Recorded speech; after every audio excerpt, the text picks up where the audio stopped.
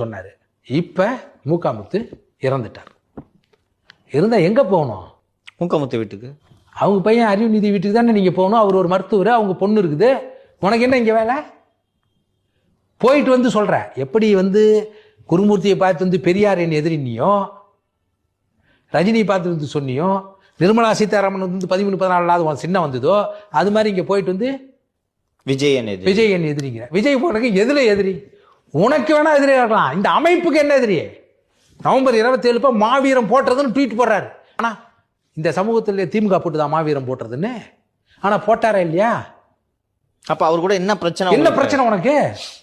ஏனென்றால் கட்சியினுடைய அடித்தட்டில் இருப்பவர்கள் எல்லாம் 70 விழுக்காடு பேர் விஜயனுடைய கட்சியில் சேர்ந்து விட்டார்கள்.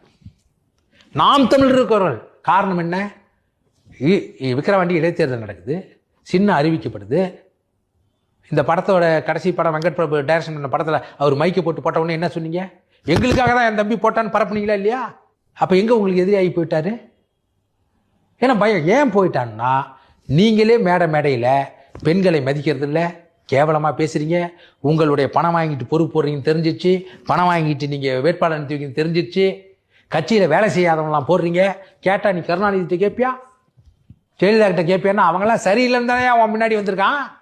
காங்கிரஸ் சோனியா தான் எதிரி, திமுக கருணாநிதி தான் எதிரின்ட்டு இன்னைக்கு விஜய் தான் என் எதிரிங்கிறீங்க. அதுதான் எனக்கு, அதுக்கு தான் நான் மெயினா உங்ககிட்ட நேர்காணல் எடுக்கணும்னு கூப்பிட்டதே. என்ன ஆட்சி அவருக்குன்றதான் கேட்க. விஜய் 15 ஆண்டு காலம் தமிழ்நாட்டை ஆண்டாரா? ஈழ படுகொலைக்கு அவர் தான் காரணமா இருந்தாரா? நீட் அவர் தான் கொண்டு வந்தாரா? சிஏஏ திட்டத்தை அவர் தான் கொண்டு வந்தாரா?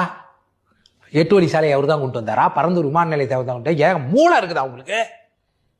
எங்க பசங்களை எங்க கொண்டு போய் நிறுத்துறீங்க நீங்க?